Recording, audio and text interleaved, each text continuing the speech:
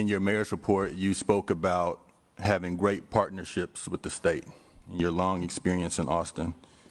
And those partnerships were so strong that right after you voted for the ordinance, the Attorney General sued us. And I'm not sure what partnership looks like in your world, but my partners don't sue me.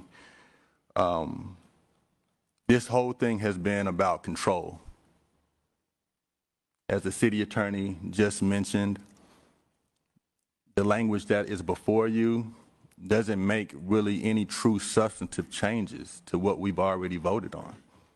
The intent of what we already passed is still the intent of this particular change. The only difference is, instead of us crafting the language, the governor crafted the language, which I think is a slap in the face to all of us as local elected officials for Houston, that it has gotten so petty that the state wants to ensure that it puts its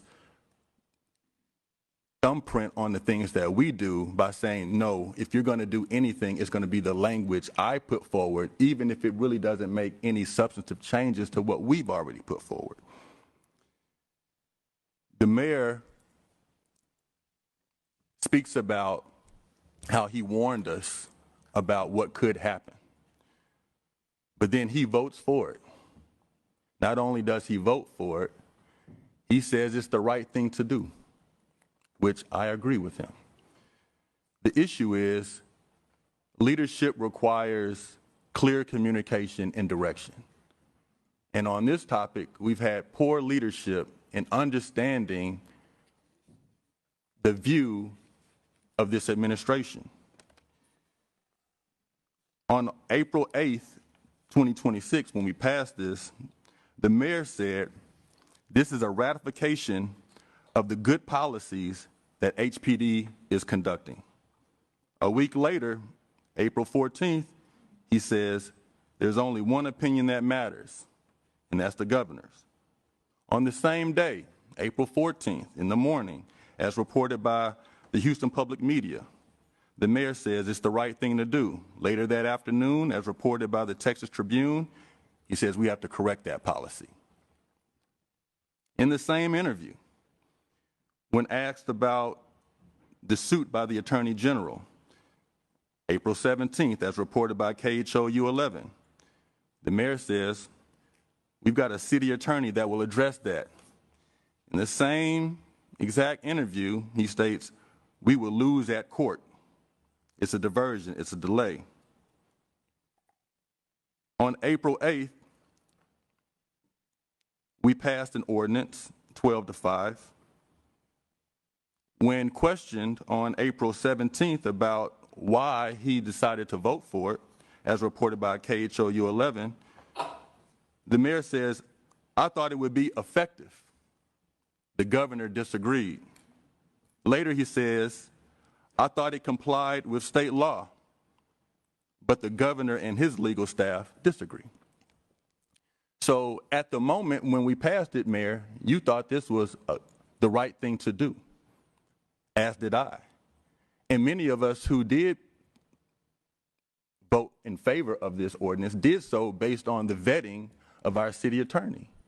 The only way that it could get to this body was by our city attorney deeming it lawful and not in violation of state law or federal law.